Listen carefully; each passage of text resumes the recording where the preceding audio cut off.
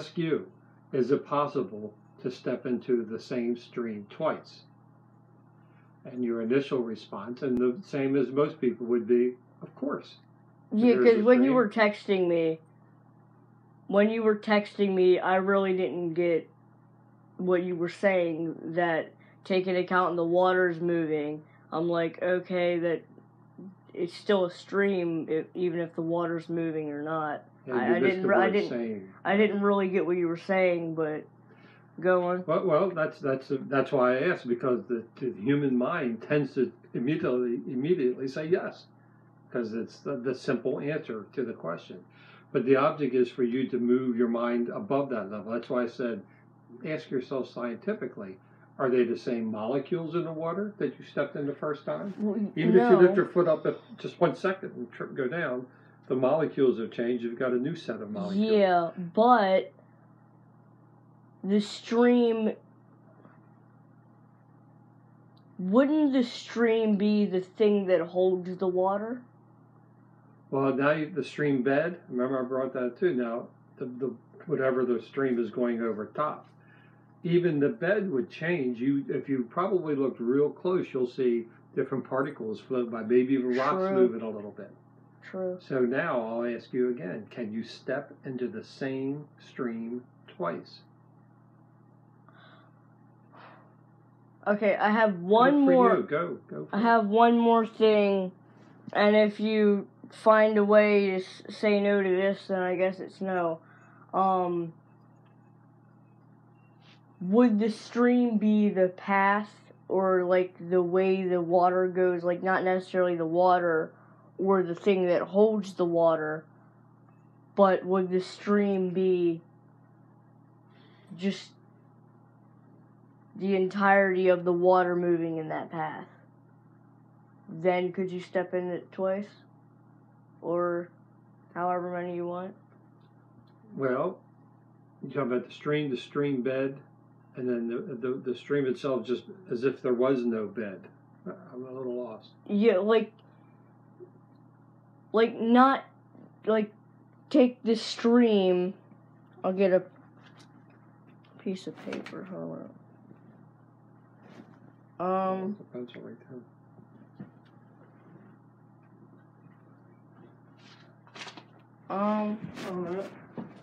Let me get a journal.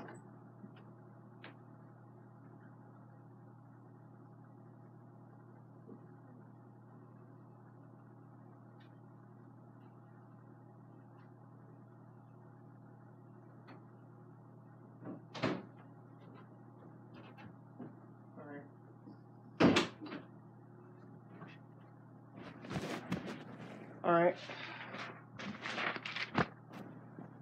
Where's the pencil again? I don't know. That's a good question. I remember when I first. Oh, here it is. All right. So if this is the stream bed, and then this is the stream. I'm not saying the stream is like all of the water here, or the stream bed. I'm taking, if we go bird's eye view, and this is the path of the stream. If the essence of the water moving in a line would be a stream, could you then step into that same stream twice, even if the bed and the water's changing every moment? Could you step in it? You kind of answered yourself. Logically, it sounds like you could step in that same stream twice. If I was to ask your grandmother or your mother, she would say the same thing, yes. But since it is a moving, constantly moving, the same molecules and atoms that were there aren't there anymore. The stream bed is even changing as you talk. Atoms are changing, quarks are changing. So are you really stepping into the same stream twice? Now, if we say there's a stream over there, and we just talk about it in general, yes, everybody would agree we're stepping in that same stream twice. What I'm saying is, it doesn't matter if it changes or not. I'm talking about the path. Like, kind of, like the thought of water moving in that way, in a line, the path, if that's a stream, then could you step in it twice? What do you think? I think you can, because it would be the same. It would be like there's a bunch of other streams. Say there's a stream coming over here. There's a stream coming over here and going like that, and then another stream coming over here, and another stream in between here. This is the stream. This is a different stream. You could step in this same stream twice if we're only talking about the path. Right. If you're talking about the path in general. I'm going... Yeah, but if you're saying with the water, like getting down to like the water changing and all that, then no, you can't. So, with any of those streams, you can't step into the same stream twice under the way I was saying, or that one, or that one, or that one, because they're flowing, they're moving. Yeah. And the same, our minds look at it and say, oh, there's water, and water is like always water. But truthfully, when you look at it from a different perspective, a higher level, those molecules that you were looking at, you stepped in first, aren't the same molecules that you're stepping in. And then it's and the bottom, even the bed's changing a little bit. So you can't step in the exact same stream twice, from my perspective. It goes along the lines of the ancient Zen statement of if a tree falls in a forest and there was no ears to hear it, would there be I was sound? thinking about that a few days ago, which is kind of weird. If a tree falls in a forest and there's no ears to hear it, is there sound? Well, if the tree falls, yeah, there would be sound, you just can't hear it. That would be the normal response, but... What is or sound? I guess you could say... What is sound? Sound is the vibration in air, but it could dissipate before it reaches any normal ear. But you could probably go farther and ask if the tree even fell in the first place. Since there was no one to see it. Yeah. That's true. And you could go one step further, and where I go when you go a higher level is there really such thing as a tree? That stopped you, didn't it? No, it didn't, because... What's your... Everything that you see... I don't get why that's such a hard question. It's all in your mind, right? Everything is in your consciousness. So is there really a tree, or is that what something told you is a tree? Your mind, when you were born... That's creepy. If you were born and you were shown a tree, did your mind immediately say, a tree, when you were first born? No, you don't. It's a blur. It's a nothing. You may not even see anything. But as time goes by, you're pointed out and you're taught that is a tree. That is grass. Then your brain, as you grow, begins to sort things out. But is it really, when you get down to the molecular structures and the atoms and the quarks, without consciousness, if there was no human mind to see it or hear it, is there really a tree? Think scientifically, even. You would never know.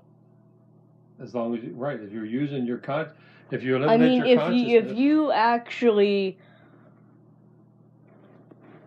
you could never know if there was a tree if you're only experiencing it as using instruments such as touch, smell, and all that. But if you were, like, more connected, like, feeling it with your soul or something, then maybe, yeah, you could have proof.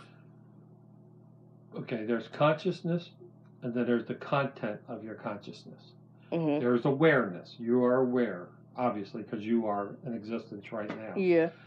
But then there's everything that you're aware of has been put into your mind by other human beings that taught you your content of your consciousness. We only see a certain perspective of things.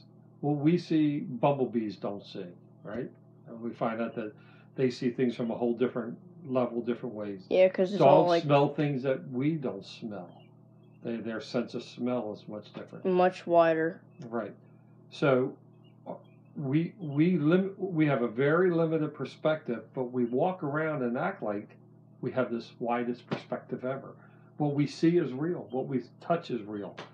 All I'm asking is it? You would never know. Well, I think you could know if you start moving up your level of awareness. Yeah. If you begin to become, instead of just accepting what you've So if been you taught, move up to the next level, what would the answer be if there's a tree or not? So the question is then, is there really a oneness of everything? And if it's oneness, can you have oneness and then multiplicity of things at the same time? Because, you know, a lot of the New Age movement, a lot of people keep saying we want, even the theory of everything is we want everything to be reduced to one thing. If it's true that there is one whatever, is there really a multiplicity of other things? And or is that a fruitless task to look for the oneness of the whole universe? The universe is one. And we're getting a little high on the level here. So what I'm trying to say to you is, don't accept everything that anybody's taught you.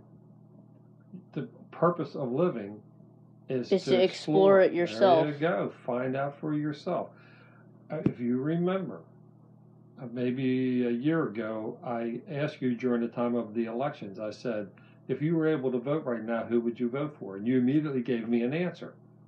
And I said to you, oh, did you think why didn't you think of Gary Johnson and this, I can't remember the girl now, the woman in the Green Party. And you said, I didn't know there was other different parties that I could have voted for. Yeah. You only knew what your mom and dad told you. It was either Democrat or Republican. Yeah, because I never really researched it myself. I knew there was in 2000, I don't know, in the beginning of 2016, I think the elections kind of started up. Right. And I saw in school we were reading an article on like Donald Trump being racist and sexist and all this. And there was a bunch of other candidates. There was like 15 candidates. And in one party, the Republican Party at that time, running against each other. Yeah, but... And then there were 3 running in the Democratic Party, and then a few running in the other party. Going with, like, fake news and all that, I asked my sister, why are you voting for Donald Trump? Because he's, like, racist and sexist and stuff. And she said, because he's really not, because he never said that he wanted all Mexicans out of here because he doesn't like them. He just says that you can't cross the border without paying. And all the illegal immigrants are causing us debt and they need to move out of here. Right, you can't cross without doing it properly. All the people, like some people that don't like him, and then some people take it out of context. And say, oh my God, Donald Trump wants all Mexicans out of here and all this, and then it all spreads and people believe that, and then that's how fake news starts. Absolutely. Yeah. The main question though is, why is it that we tend to believe if we like somebody and we see them as an authority and we respect them, we tend to believe them quicker than we do somebody we don't know. And yet, that other person that is an authority on a subject may be just as lost as everybody else. But if they say it, let's say like your parents, if my parents raised me to believe that only Democrats was the right way and that Republicans are nasty people, and I heard that all my life up to my teenage years, my first impulse would be to say, I'm a Democrat. I'm a registered Democrat. Now, here's what's funny. If my mother and father started making my life miserable as a teenager, and I started to not like them because they were on me, then I could say, I'm not going to be a Democrat. I'm going to be a Republican. Yeah, but I don't really do a lot of research to make a formulation. It's just based on my feelings, which is a lower level thing. Your gut, your feelings. Instead of allowing your consciousness to raise up and think more about it, our switch comes quick. Again, still based on our parents or some other authority. Mm-hmm. So that's what the whole purpose of my teachings is to get people to begin to realize how my teachings are to get people to realize that most people are stuck. They raise their consciousness up to a certain level and it gets them by. They start to feel safe in the world and they don't go much higher. They'll stay right there. And when things go wrong, they struggle and they don't know what to do, where to go next, and then they go to other authorities for advice. And sometimes that's okay, but a lot of times they're only getting limited information from that person who they're going to. So the object in life is to constantly be thinking about growing, advancing your consciousness. And in doing that, you'll become more aware of what each chakra is all about, what level you are on, say, in the spiral of life, and using the number 7 again. The object is to go past 1, 2, or 3. The jump start, number 4, is when you realize that you are stuck at 1, 2, or 3 levels, instinctive, emotional, or intellectual, and to not rely on those, you jump into number 4. And then number 5, 6, and 7, we can talk about later because that's a much higher consciousness because you're going into a vibrational field that's entirely different than your basic 3. If you could give a basic about what 5, 6, and 7 would be, or 4, 5, 6, and 7. 4 would be when you realize that you are aware that you've living a life that has been prefabricated for you, that was created for you. Every word you know, every thought you know has been given to you. That's your first step. That's a paradigm shift. You realize, oh my gosh, I've been created to be who I am. All along I thought I created me. Now I realize society, my mother, my father, preachers, teachers, they helped mold me and shape me. And dying to that, realizing that you're very limited in that thing, you move up. Yeah, and then would 5 be like trying to go your own way? Well, 5 would be moving away from selfishness altogether. So that's going your own way sounds almost like selfish. You're now starting to realize you've been selfish. You've been egotistical. It's been all about me. Even the nice things that I had done, when I look back at my life, I rescued people. I did a lot of nice things, but I realize now from my new perspective that even that was about me. Oh, I wanted to be a hero. You want to look important in people's eyes. So I shifted away from that. So yeah, number 5 would be realizing that ego, it's a death to more and more of who you were at your creation to get to the core you, the person you always were. And that's when you start getting into 6 and 7. Your levels of consciousness, then you start moving away from it's all about me to it's all about you. You move away from selfishness to helping. You move away from what you think is love, what you think the emotion of love is and caring, to actual love and caring. A Greek word for that would be agape. Agape means you move into an unconditional world of love, It doesn't matter what people say or do to you. You still love them. And that's a little basic thing, because it's hard to generalize those levels until you and I move up and we start talking at the same levels. Then all I can do is give you words. And see, the words are not the real thing.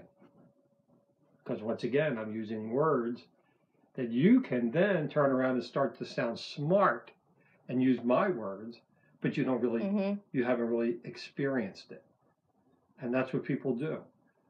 The New Age movement, everybody uses the same words. A lot of religions, they use words that they read, they hear. They read a book and they start using those words, but they have not experienced what it means to move up that next level, the fourth, the fifth, the sixth, the seventh level. They just talk about it. And usually when a shock comes into their life, they go back to 1, 2, or 3. And that's when you realize, and that's why I can see the falseness, the fakeness in people when they start talking like they're above that, but in reality, when their shock comes, they go right down to who they were before. Yeah, because they, in religions and stuff, they believe that there's like a God or something and all that, but they're just reading a book about it. They don't know if there's actually a God. That's right. They feel, a lot of people will say, it's safer to say, I believe in a God, especially if it's a judgmental God, and that way I won't go to hell. I'll say I believe in God, but they haven't experienced God. See the difference? A belief in and the talking about and feeling good about there being a God is not the same as touching the face of God or realizing there is or there isn't a God, but finding out for yourself through the process of elimination. Remember that everything you've been taught, it's like you got to start examining these thoughts and say, wow, I didn't realize I was just quoting other people. I was just, spontaneously just saying things without giving any serious thought as to whether it was real or not, or truthful or not. And I think that's, other than saying that one of the big dividing lines is, and this is where it gets a little bit weird, is one world is everything is relative. Even those who say they believe in God and Jesus and all that, and the Buddhists, in the end, their thoughts are, I have free will. When you get past level 4, you begin to realize, I'm not sure I have free will, because I realize all my thoughts were based on other people's thoughts, and I was thinking I was making free choices. But when you start moving up to the 5th, 6th level, you begin to discover, and I'm saying this for you to find out for yourself, do you really have free will?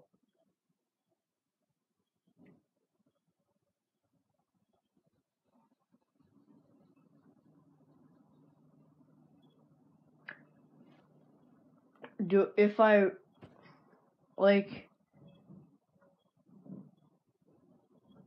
Stopped you, didn't it? That's a tough question. Well, yeah. Do I really have free will?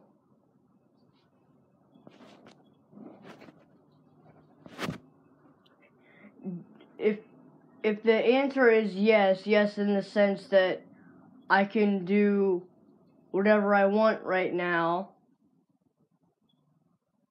For instance, get up and go downstairs if you want to. You can choose to go downstairs. No, in the sense of there's influence that I don't want to do something bad, or I don't want to do because I have the influence that if I do that, it would be wrong to do it.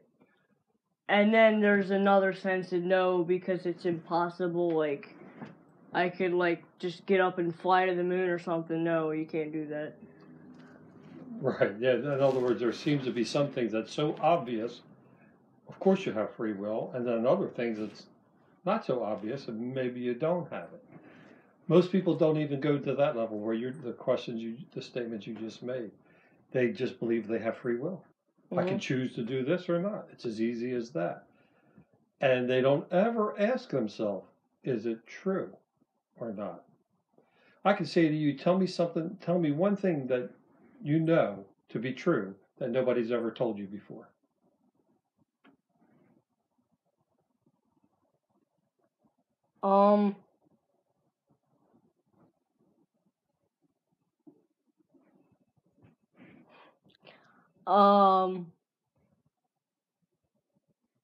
We have to look into personal experiences.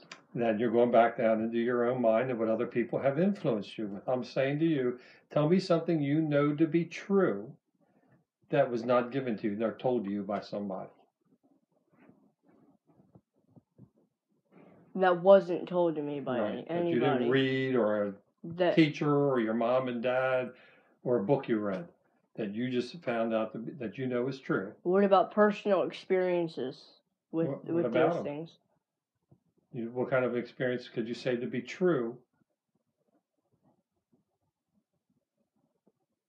I don't really know. See? That's the object of this. It's hard to think of those things. And yet you'll speak, and I don't mean you, Jake. I mean, people will speak as if they know things to be true. Well, it's true. This is the way it's a true thing. Like, you can look into personal experiences, but you can't find any that you yourself have experienced without, like, someone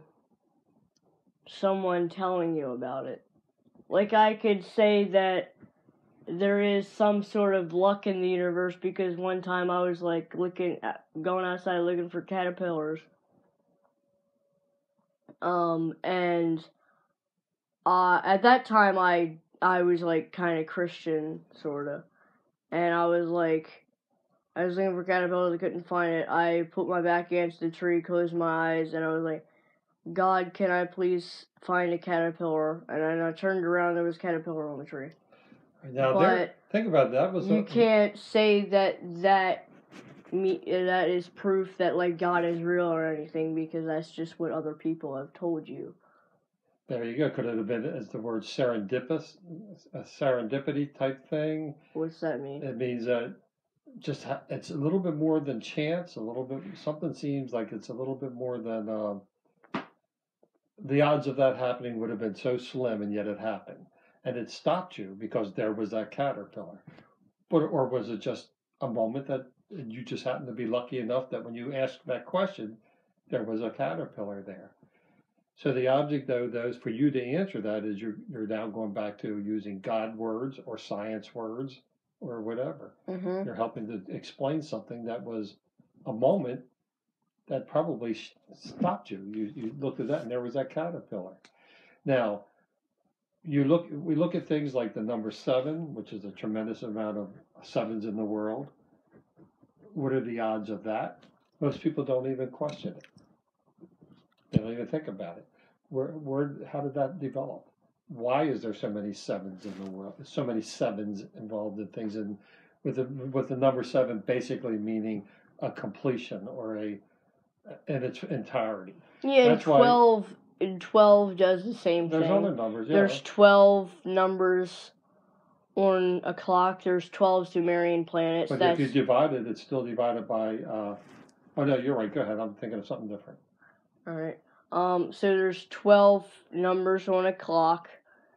There's 12 Sumerian planets, because the Sun, Mercury, Venus, Earth, the Moon, Mars, Jupiter, Saturn, Neptune, Uranus, and then Nibiru. Wait. I see most people don't know what you mean by Nibiru. Yeah.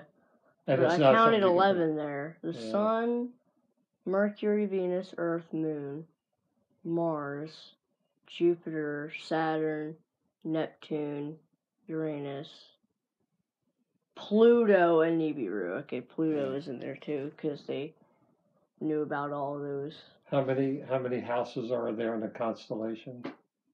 Or how many zodiac? There's 12, yeah. And people think they found the 13, but it's not that they find this 13th constellation.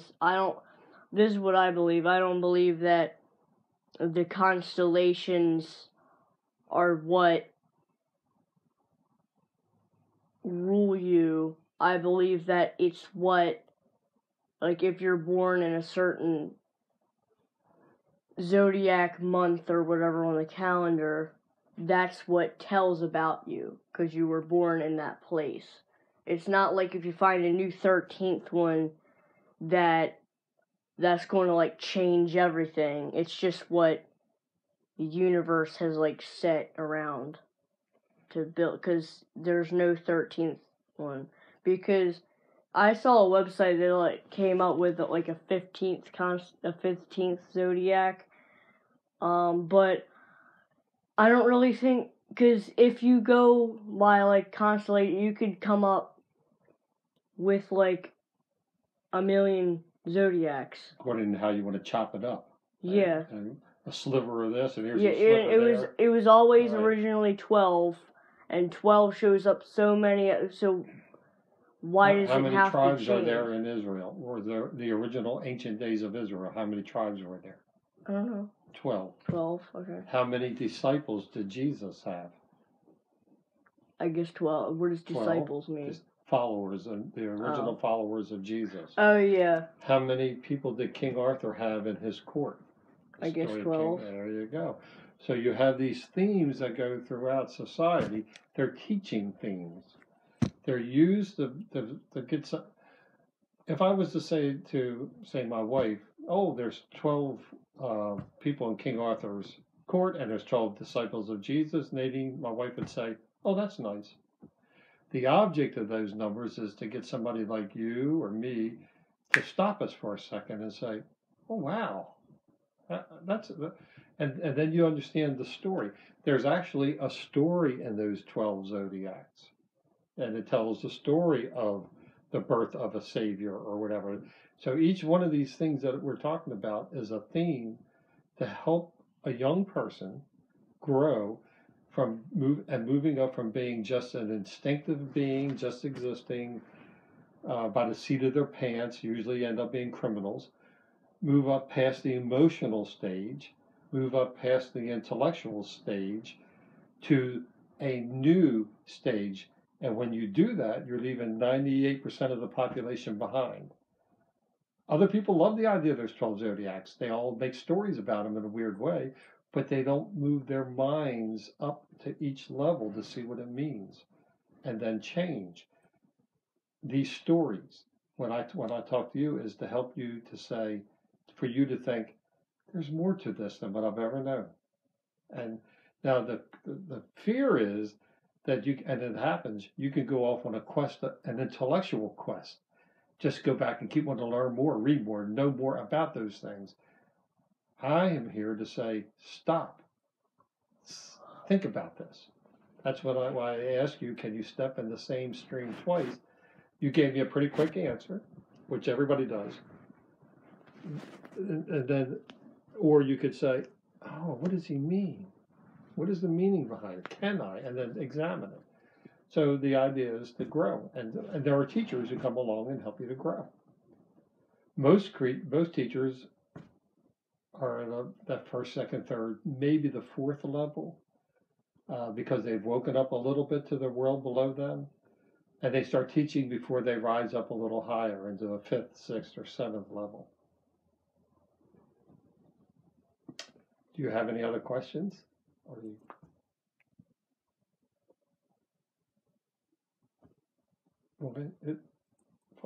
Hit pause for a second if you want, and we'll resume. We'll think of something or take a break. We'll take a break from here, or you want to keep going? So,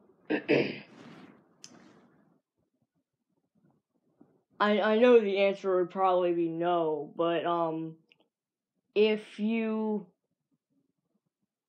are in, like,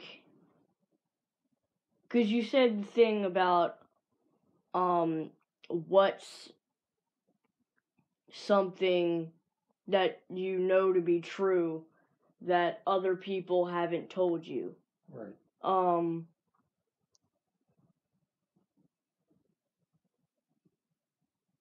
Would it be bad to go along with what other people told you. And then you know it to be true because you've researched it, but other people told you it, and it was by the influence of other people. Well, there's nothing good or bad about anything that you do along that line. Yeah. If you want to fit in society, and there are times you have to, you want to talk to people and do that. We're talking about personal growth, and I'm asking you these questions about personal growth. Sure, if I just got out of salt, I just touched water and it was very, very hot, and you said to me, before I get in that water, is it hot or cold? And I say, find out for yourself. I can allow you to get scalded. You could get burnt. It would be nice for me to say, yeah, it's hot. And then you should, if you like me, then that's true. Then trust me with those things.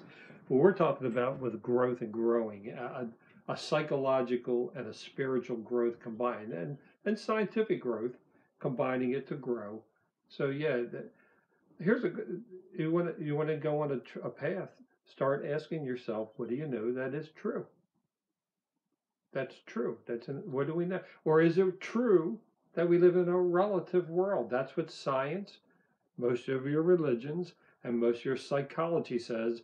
Everything's relative. There is no truth. All truths are according to what is true to each individual. And I say, what if there is an actual truth, a solid ground of truth? So I step out of the mainstream and ask the question.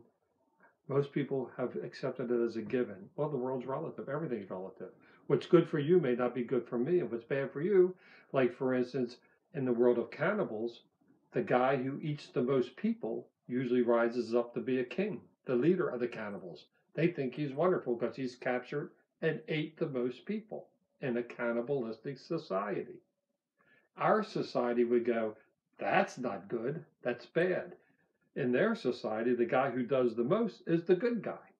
That's the world of relativity. And you can get lost in that. What is true, what isn't true is that the leader of that country who ate the most people really a good guy or a bad guy because he ate people. Over here, we would judge him as being bad.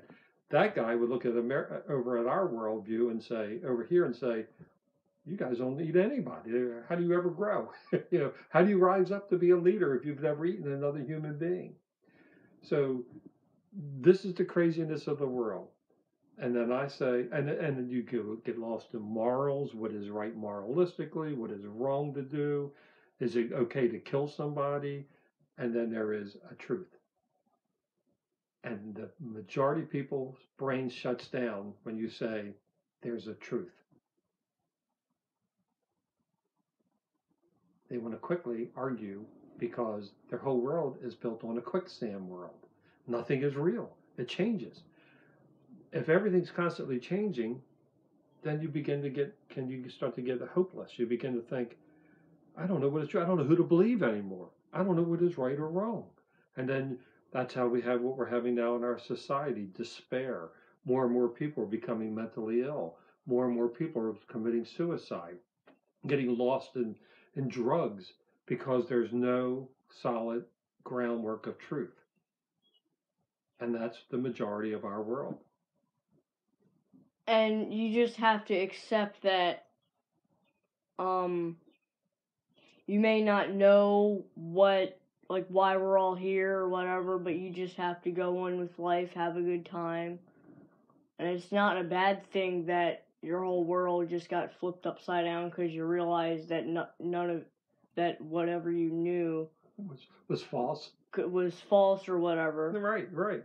That's scary in itself. You just have to go along.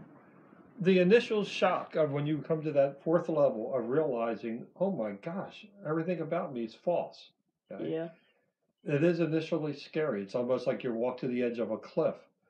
The object in life, which goes counter to what the world teaches, is to step off the cliff. If you want to know what is true enough, you step off the cliff. The fool. The fool. There he is. Remember I told you, the dog and the cliff, the fool and the cliff. You step off the cliff, you're committed to finding what is true in the world. And no then matter everyone what. else calls him a fool because he's doing stuff that no one else had ever thought of, and it's like, that's weird. He's a fool. And the fool looks at the rest of the world as being in a dream state. They're all robotic, and they're all repeating the same things that everybody told them about everything in the world, thinking they're important and what their thoughts are real. There's your two worlds. Now, one of them's true. Growing up, you're born into that world of relativity. You know that. You found out. You're experiencing that. You realize even your name. I can ask you this. Who were you 10 seconds before you were born?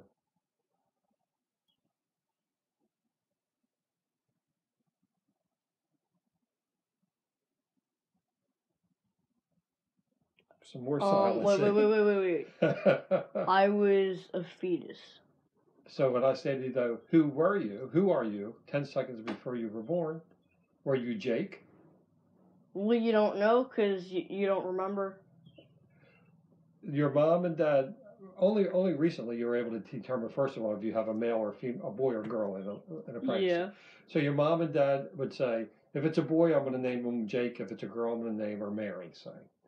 Now, the moment you're born, when you come out of the canal of your mother and you breathe your first breath, your mother generally goes, it's a boy, and Jake, he's a oh, look at Jake, and then they introduce you as Jake, and then everybody starts following suit. So they go, oh, Jake, you're a cute kid, or Mary, you're such a pretty little child, and you're told that over and over. Your name is told to you who you are. You're a good boy. Your last name is you are an American, and it's fed to you. But before you were born, there was no thoughts in your mind. So who were you? The object in life is basic. I don't mean in a sense, but in a weird way, you want to go back to that mindset before you were born. And then you have an expansive mind. You go from a mind that's being closed, pushed, molded, shaped, conditioned, till you blast that off. You're molding, you're shaping, you're conditioning, and you become a free mind. And you discover what is truth. But truth comes to you. You can't find truth as long as you're using your mind. There's the paradox, right? If I'm using my mind, I'm using a conditioned mind to discover something that's unconditional. It can't work.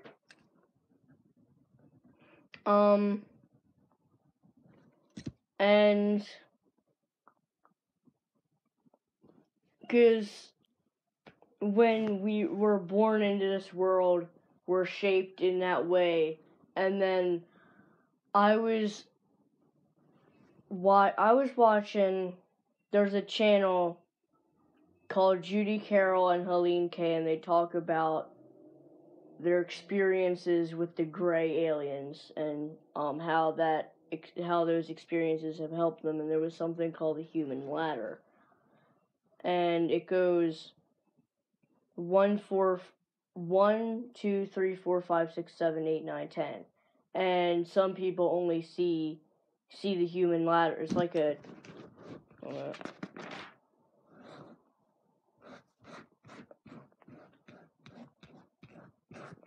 okay, so the human ladder is like if this is 1 right here, some people only see it drawn like this, only having 6 lines, and that was one of the questions. And so most people only see this as 6 arms on it, and Judy on there, because she said she used to be a gray, and then she took the form of a human to see what it was like, and then she got contacted by grays and all this stuff.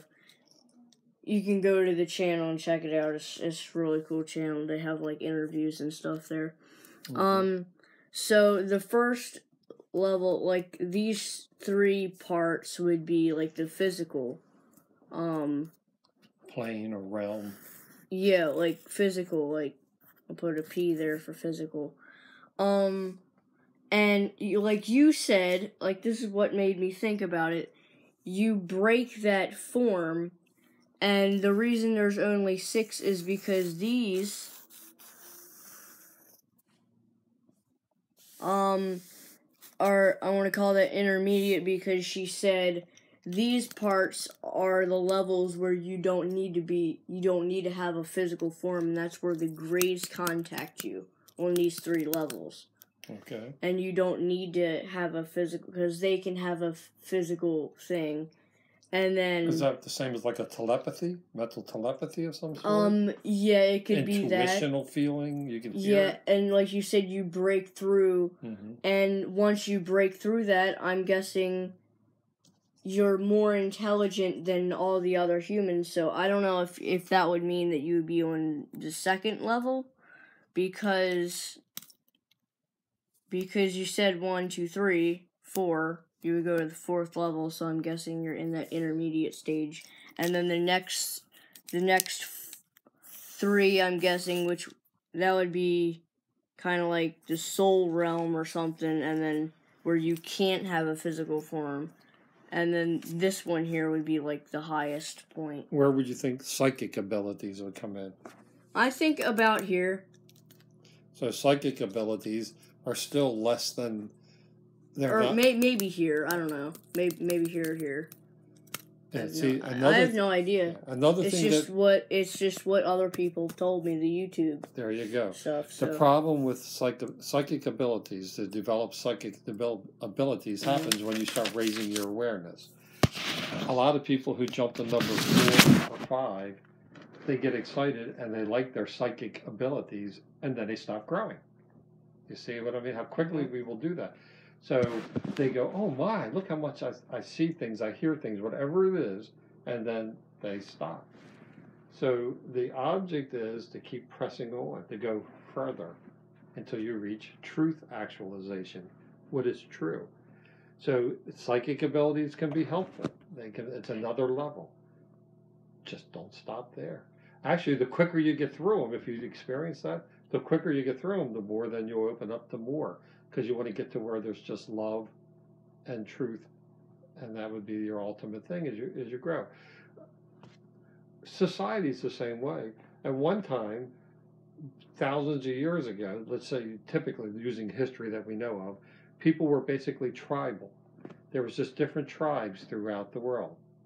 Now there still are today, right? We find out over in the Arab world, over in the Saudi Arabia, there's different tribes within the countries. But there was a time where everything was tribal. Then they moved up to where everything became national, nations, nation states, empires. And they divided themselves up, but there was bigger groups of people. Now, today, everybody wants to move into globalism. Now, everybody being the same, on the same... Well... Like in the tribal, they were still in the same area, but... They wanted to move up to the thing where all the nearby tribes could be in the same thing and, be together. Which made it safer. If a couple tribes come together, then you're a bigger group than the other tribes out there. And so with the globalism, and then that's nationalism, but when the globalism thing, now the national, we all want to be... in the globalism, all the nations connected into one, so it's all, the whole planet is... Right, no lines, no divisions between countries, which sounds tremendously good. That means no wars, because you're not mad at your neighbor, because there is no such thing as a neighbor, because you're all one. The problem with this new movement we have towards globalism, the young people today want to destroy that which it was built on. They don't like tradition or nationalism, and they want to quickly destroy it, which is going to cause, and we're starting to see, a reversion back to tribalism. All of a sudden, your group, if you're gay, that's important. If you're an Indian, that's important. If you're this and that, everything is important again, and we're breaking down back towards tribalism. And what are we seeing? Fights in the streets, or breaking windows, doors, standing outside, demonstrating. So the movement up, because it didn't get that bump at that 4th level, it didn't get a bump to keep on going, it's starting to turn on itself. and you're starting to see it revert back to tribalism. Yeah, because you need to learn, because we're all getting up to these higher things and we're all thinking it's great, but we don't understand what it really means. We think it's all exciting, but we don't understand the responsibilities of it. Right, and what was there before? And there's other people that want to just keep on doing that, and today some people think that it's going to like cause war and we're all going to like go back all the way down, and like it'll be like an apocalypse and stuff.